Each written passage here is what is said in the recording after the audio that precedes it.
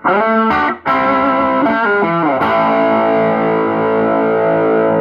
all, welcome back to the channel. Today's video we're going to be disassembling the head for the F134. I'm going to show you all how to do that, and we're going to be lapping some valves. Quick update on the MB. One of my parts suppliers took the holidays off, and I should be getting those parts in next week so we can go ahead and finish up that MB transfer case and also continue working on the tub. So let's get started and get to work.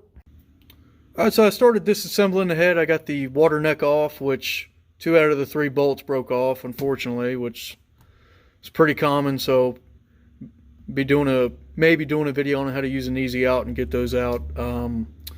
The water temperature sensor's out, the vacuum line is out, and cleaned up the head just a little bit. I'm going to do a better cleaning once I get all the valves out.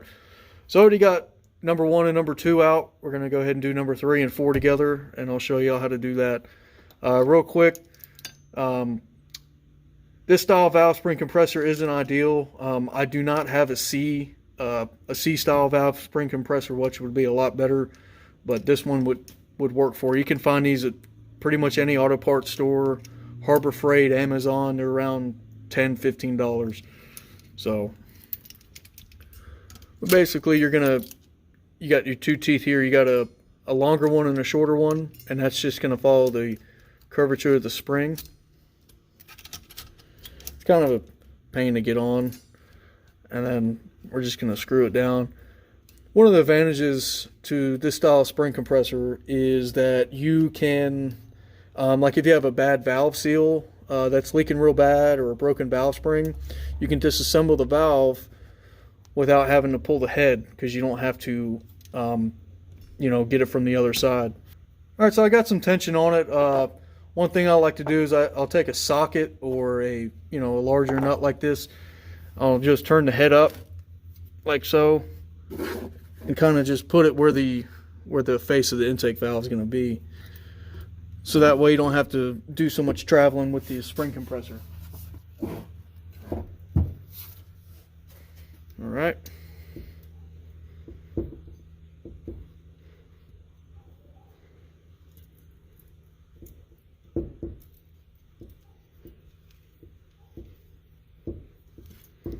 All right, so our valve keepers are popping up. You might be able to see them in the video here.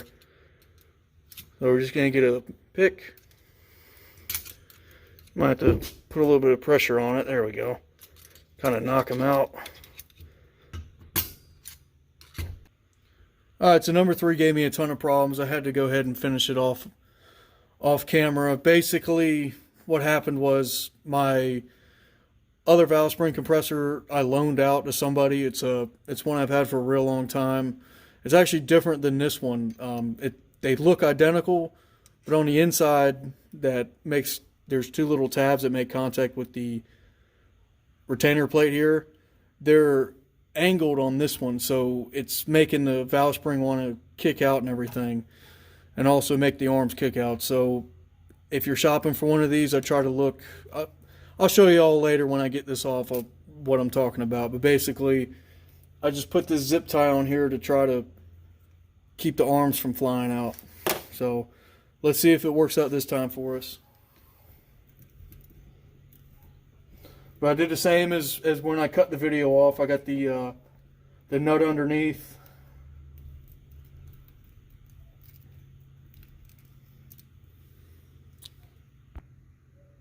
Here, I moved the camera so y'all can see. So we compressed it and we got the keepers exposed. So I'm going to try to get this magnet in here.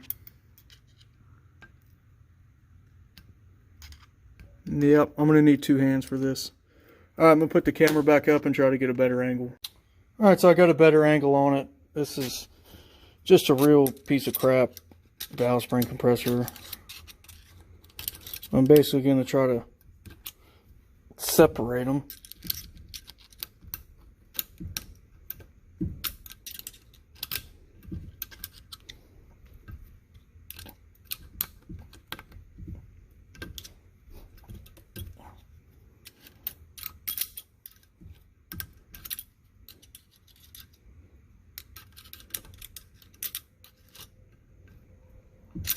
It helps when the camera's not in the way too. Alright. It didn't go as smoothly as it should, but it went. So go ahead and take the tension off this.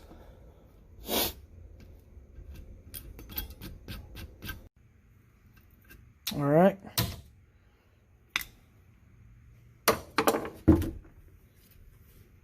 Go ahead and just push the valve stem. Alright. Alright, so here's all the valves and the springs and the retainer plates. So here's number one. See, it doesn't look too bad. The valve face itself doesn't look too bad.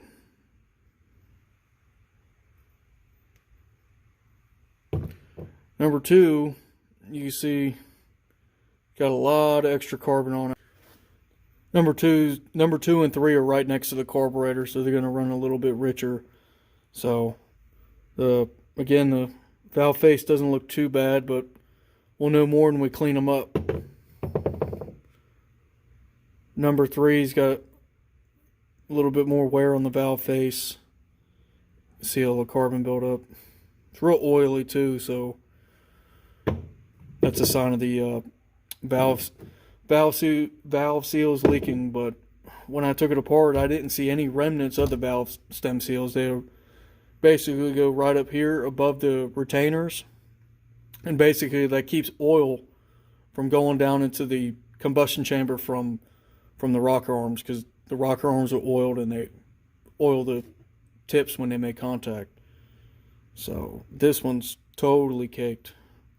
So alright, we'll go ahead and clean them up. Alright, so I got the valves all cleaned up.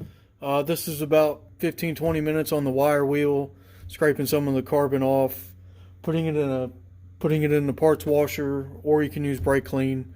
So this is the number three. This one was pretty dirty, if you can remember, and we already got it nice and shiny.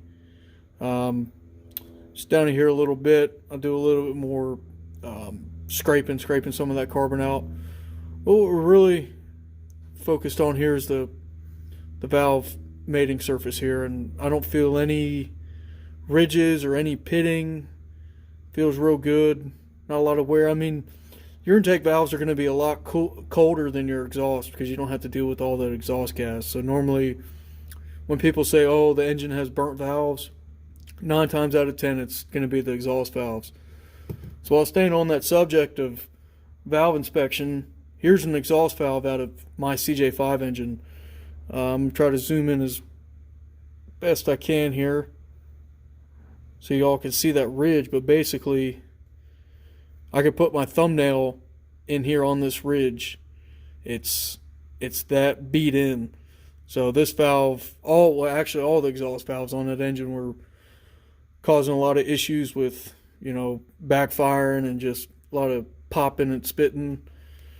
It'll also show up on a vacuum gauge. So on my first video, I showed y'all how to do with the vacuum gauge. We will be hooking it up to the CJ5 in a future video, and I'll purposely screw up the carburetor and the ignition timing to show you all how to properly get everything in tune, and also what to look for so you can actually find valves that aren't sealing, judging by that vacuum gauge. Alright, so I got the head pulled up. I haven't touched anything with this head. I haven't sprayed it with brake clean, haven't wire wheeled it, anything. Just to kind of show you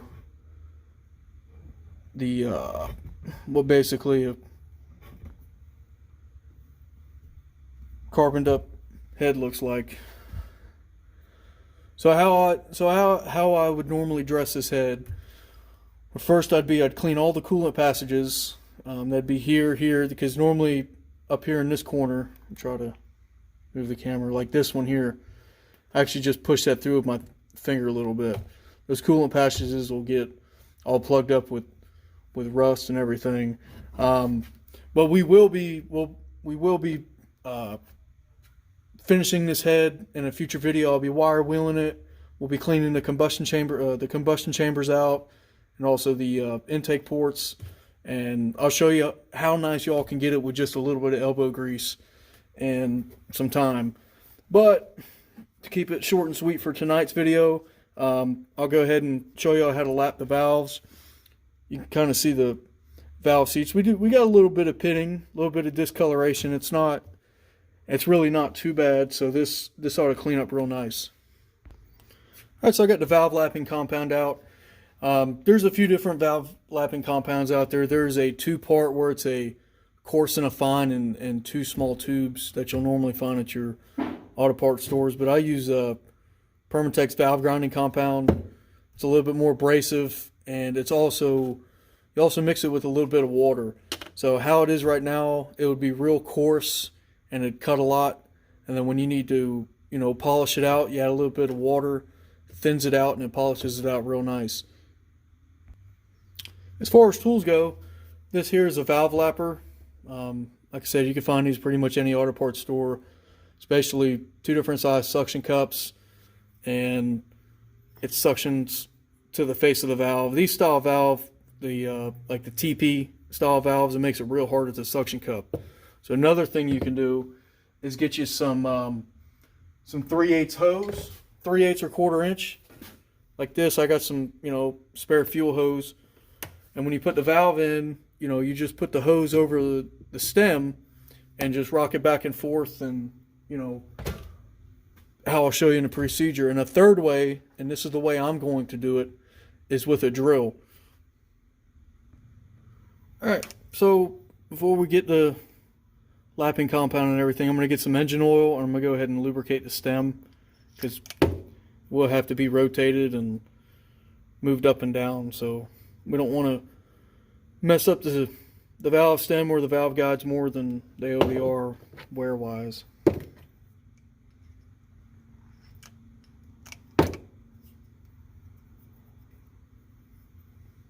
You don't need to really kill it with oil, just get a little coating of it.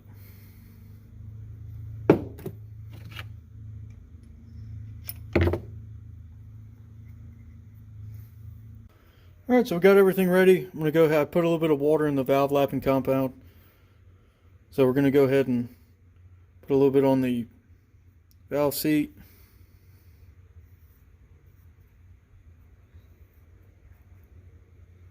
And you're not going to really hurt it with too much, because we're going to do a real deep cleaning. If we did this last, after it was painted, after we repainted the head and everything, I'd be worried about getting this stuff everywhere, because it is abrasive, so could cause catastrophic engine damage. Alright, before I get too ahead of myself, here's the number 4 valve. I have them lined up to where I remember, but if you want, put you a little bit of blue tape on there with the number, or a paint marker like I've done, and just put dots, like 1 dot, 2 dot, 3 dot, 4 dot. So next we're going to put a light coat on the valve itself. Like I said, don't be scared to get too much on there, because we're going to do a deep cleaning on it later in the parts washer and all that stuff. So basically we're just going to slide the valve back in like so. You can hear how gritty it is already just on the valve guide. So this will definitely help out. I got my drill.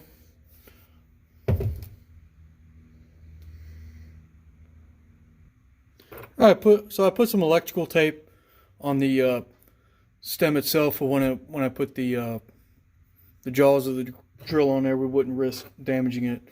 So it's going to be a little bit easier without the camera here, but y'all will be able to get the main idea for it. So basically we're just going to put our drill on high speed. Well,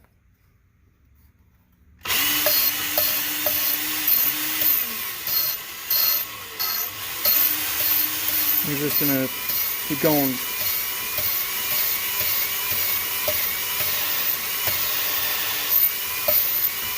It's important we keep going out like this to keep so we don't have too much friction on the surface. Alright. That's probably our cue to stop. Take the electrical tape off the back. Alright. So we're going to do this a few times until we're happy with the results. But when we're doing it with the drill, it's going to take way less time than doing the old suction cut method by hand.